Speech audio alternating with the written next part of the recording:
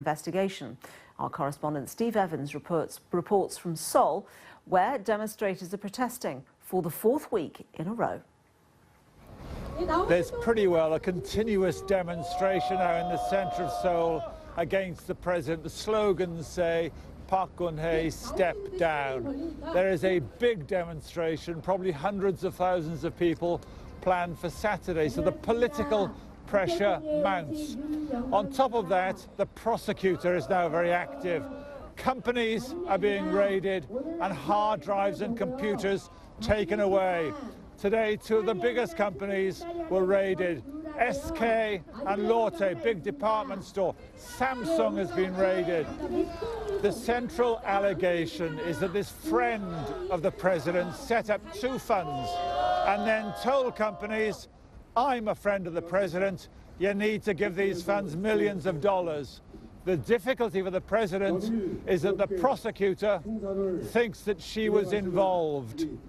There is now a real possibility that the president could be impeached, that Parliament will say, we are investigating you and we find you guilty and we're sacking you.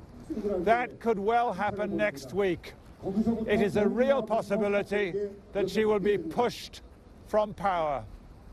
Steve Evans, so what can companies that get embroiled in something like this do to mitigate the damage? Rita Trehan is former Director of HR at Honeywell International at AES Corporation and is a leading global expert on workplace culture, advises Fortune 100 companies on reducing the risk of scandals. Welcome to the programme. Thank you very much. And if companies get involved with a political scandal, is that particularly damaging?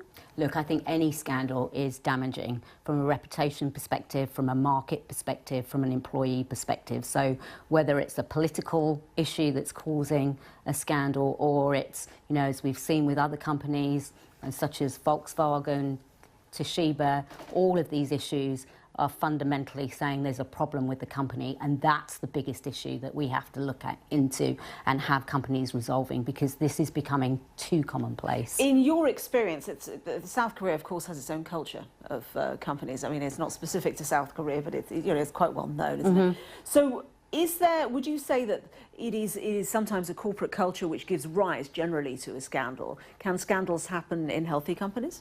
I think scandals happen in all companies, and its corporate culture is the fundamental issue that companies fail to pay enough attention to. It doesn't matter whether you're in South Korea, America, the UK, Germany, you name it.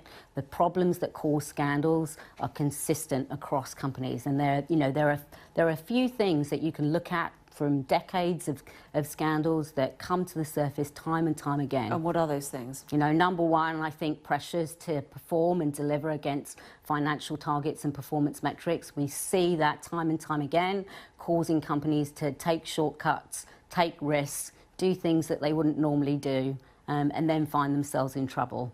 Executive compensation, it's been on the radar a long time. Shareholders are becoming much more activists around that.